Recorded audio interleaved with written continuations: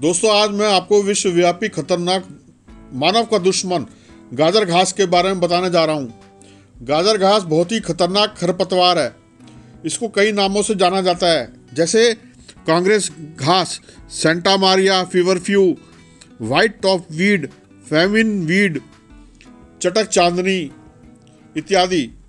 यह घास मुख्यतः खुले स्थानों, औद्योगिक क्षेत्रों, सड़कों के किनारे, नहरों के किनारे व जंगलों में बहुतायत में पाया जाता है। आइए उत्तराखंड में इसका प्रभाव देखें।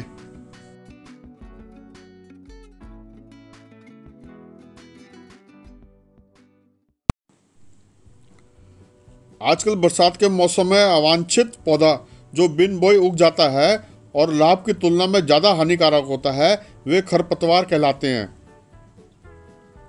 खरपतवार प्राचीन काल से ही मनुष्य के लिए समस्या बने हुए हैं।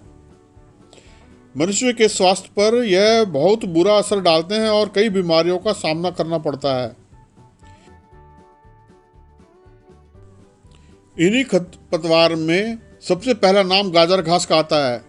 आज मैं आपको इस खतरनाक खरपतवार के बारे में बहुत कुछ बताऊंगा। गाजर घास ने अपने पांव खेत खलिहानों से में भी पसारना शुरू कर दिया है। यह खरपतवार गाजर घास का भारत में प्रवेश 3 दशक पूर्व अमेरिका या कनाडा से आयात किए गए गेहूं के साथ हुआ था। अल्पकाल में ही लगभग 5 मिलियन हेक्टेयर क्षेत्र में इसका भीषण प्रकोप हो गया। यह खरपतवार जम्मू कश्मीर से लेकर मध्य प्रदेश, उड़ीसा से लेकर नागालैंड, यहाँ तक विभिन्न भागों में फैली हुई है। विश्व में गाजर घास भारत के अलावा America, Mexico, West Indies, Nepal, चीन, वियतनाम तथा ऑस्ट्रेलिया के विभिन्न भागों में फैला हुआ है। ये देखिए, रोड के साइड में गाजर घास लगी हुई है। ये देखिए, दोनों साइड ये अपने आप फैल जाती है।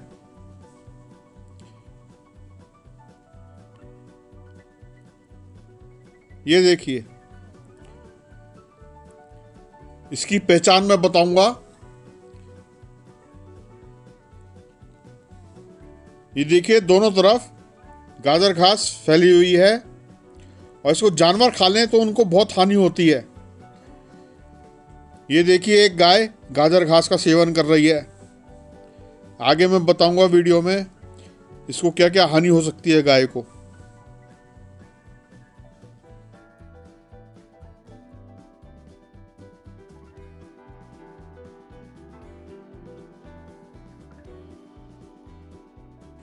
बहुत सुंदर मौसम है। बरसात का मौसम चल रहा है आजकल, जुलाई का महीना है।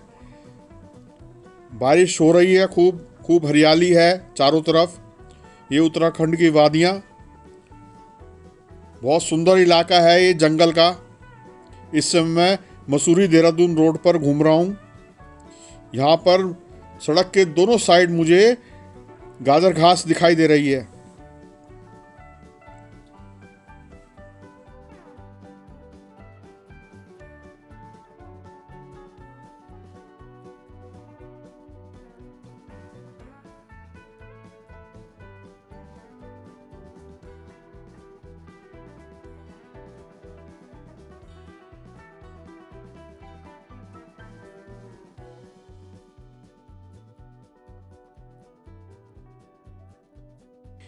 ये देहरादून से मसूरी जाते हुए बीच का रास्ता है। ये जगह राजपुर कहलाती है। यहाँ पर देखिए, इन वादियों में चारों तरफ गाजर घास फैली हुई दिखाई देगी। चाहे दाएं देखें चाहे बाएं देखें, देखिए बहुत गाजर घास लगी पड़ी है।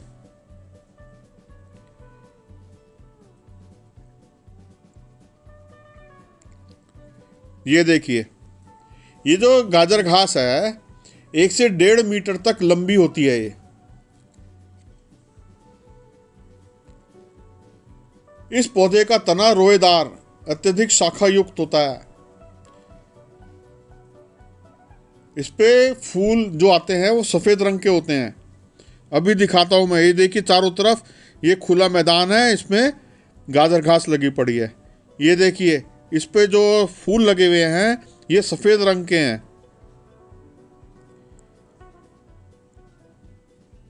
ये देखिए नजदीक से मैं दिखाता हूं आपको। ये देखिए, ये फूल हैं। एक फूल में 5 फूल होते हैं और इन 5 फूलों में एक एक बीज पैदा होता है और बीच में जो है आपका ये पॉलन ग्रेन्स होते हैं। इस पे एक पौधा लगभग 1000 से लेकर 1500 बीज तक पैदा करता है। जैसा मैंने बताया, 1 से 1.5 मीटर तक लंबी गाजर घास के पौधे का तना रोएदार, अत्यधिक शाखायुक्त होता है। इसकी पत्तियां असामान्य रूप से गाजर की पत्ती की तरह होती हैं। इसके फूलों का रंग सफेद होता है। प्रत्येक पौधा 1000 से 5000 तक अत्यंत सूक्ष्म बीज पैदा कर सकता है, जो शीघ्र ही जमीन पर गिरने के बाद प्रकाश में या अंधकार में नमी पाकर अंकुरित हो जाते हैं। ये देखिए, ये एक पूरा पौधा दिखाया मैंने आपको उखाड़कर। इसकी जड़ें बहुत कमज़ोर होती हैं, इसको आसानी से उखाड़ा जा सकता है। यह पौधा 3 से 4 महीने में ही अपना जीवन चक्र पूरा कर लेता है और वर्ष भर उगता और फलता फूलता रहता है। ये गाजर घास जो है बड़े आक्रामक तरीके से फैलती है। एक वर्षीय शाकीय पौधा है जो एक तरह के वातावरण में तेजी से उगकर फसलों के साथ साथ मनुष्यों और पशुओं के लिए भी गंभीर समस्या बन जाता है। गंदी जगह, जहाँ गंदी जगह होती है, इसे विशेष रूप से पसंद है, वहीं पे पैदा हो जाता है। इस विनाशकारी खरपतवार को समय रहते नियंत्रण में किया जाना चाहिए। ये देखिए क्या बुरी तरह से फैला हुआ है। इस विनाशकारी खरपतवार को समय रहते नियंत्रण में किया जाना चाहिए। यह हर प्रकार के वातावरण में तेजी से फैलता है। इसका प्रकोप खाद्यान्न फसलों जैसे धान, ज्वार, मक्का, सोयाबीन, मटर, तिल, अरंडी, गन्ना, बाजरा, मूंगफली, सब्जियों एवं उद्यान फसलों में भी देखा गया है।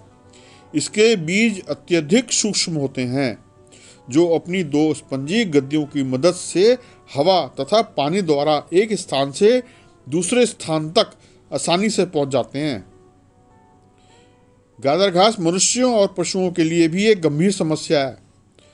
इससे खाद्यान्न फसलों की पैदावार में लगभग 4% तक की कमी आंकी गई है।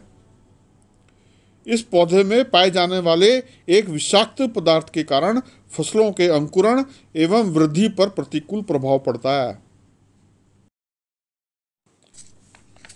दलहनी फसलों में यह खरपतवार जड़ ग्रंथियों के विकास को प्रभावित करता है तथा नाइट्रोजन स्थिरीकरण करने वाले जीवाणुओं की क्रियाशीलता को भी कम कर देता है। इसके परागकण बैंगन, मिर्ची, टमाटर आदि सब्जियों के पौधे पर एकत्रित होकर उनके परागगण, अंकुरण एवं फल विन्यास को प्रभावित करता है तथा पत्तियों में क्लोरोफिल की कमी एवं पुष्प शीर्षों में असामान्यता पैदा करता है। इस खरपतवार के लगातार संपर्क में आने से मनुष्यों में डर्मेटाइटिस, एक्जिमा, एलर्जी, बुखार, दमा आदि की बीमारियां हो जाती हैं। पशुओं के लिए भी यह खतरनाक है। इससे उनमें कई प्रकार के रोग हो जाते हैं एवं दुधारू पशुओं के दूध में कड़वाहट आने लगती है। पशुओं द्वारा अधिक मात्रा में इसे चरे जाने से उनकी मृत्यु भी हो सकती है। इसकी रोकथाम के लिए वैज्ञानिक, यांत्रिक, रासायनिक एवं जैविक विधियों का उपयोग किया जाता है। गैर कृषि क्षेत्रों में इसके नियंत्रण के लिए शाकनाशी रसायन एट्राजिन का प्रयोग किया फूल आने से पहले जाता है। इस खरपतवार को फूल आने से पहले उखाड़कर जला देना चाहिए ताकि इसके बीज ना बन पाएं व ना ही फल फैल पाएं। खरपतवार को उखाड़ते समय दस्तानों एवं सुरक्षात्मक कपड़ों का प्रयोग करना चाहिए। अनुपजाऊ भूमि पर उगी गाजर घास के ऊपर 20% साधारण नमक का घोल बनाकर छिड़काव करने से गाजर घास मर जाती है। गाजर घास का नियंत्रण करने के लिए हम इसके प्राकृतिक शत्रुओं का प्रयोग कर सकते हैं, जैसे कीटोम, रोग के जीवाणुओं एवं वनस्पतियों का प्रयोग भी कर सकते हैं। वैसे मैक्सिकन बीटल इस खरपतवार को बड़े शौक से खाता है, अतः इसको गाजर घास पर छोड़ देना चाहिए। यह कीड़ा और इसका लार्वा व्यस्त पत्तियों को चाटकर इसे मार देते हैं। गाजर घास का बीज बड़ा ही ढीठ होता है और कभी कभी 2-3 वर्षों में मिट्टी में शांत रहने के बाद भी उग जाता है। यह खरपतवार हर प्रकार की मिट्टी, चाहे वह अम्लीय हो या क्षारीय हो, कहीं भी उग सकता है और यह किसी भी परिस्थिति में, चाहे सिंचित हो या असिंचित हो, उग सकता है। एक मजेदार बात बताता हूं मैं। गाजर घास का उपयोग अनेक प्रकार के कीटनाशक, जीवाणुनाशक और खरपतवार नाशक दवाइयों के निर्माण में किया जाता है। इसकी लुगदी से विभिन्न प्रकार के कागज तैयार किए जाते हैं, जैसे बायोगैस उत्पादन में भी इसको गोबर के साथ मिलाया जाता है। इससे अच्छी कंपोस्ट खाद बनाई जाती है और प्रचुर मात्रा में नाइट्रोजन होती है इसमें। आइए हम उत्तराखंड की वादियों में घूमते हैं और एक नया पौधा ढूंढते हैं। उम्मीद है आपको गाजर घास के बारे में कुछ समझ में आया होगा और आपके घर के आसपास जो गाजर घास लगी है उसको नाश करने में आपको कुछ सहायता मिली होगी।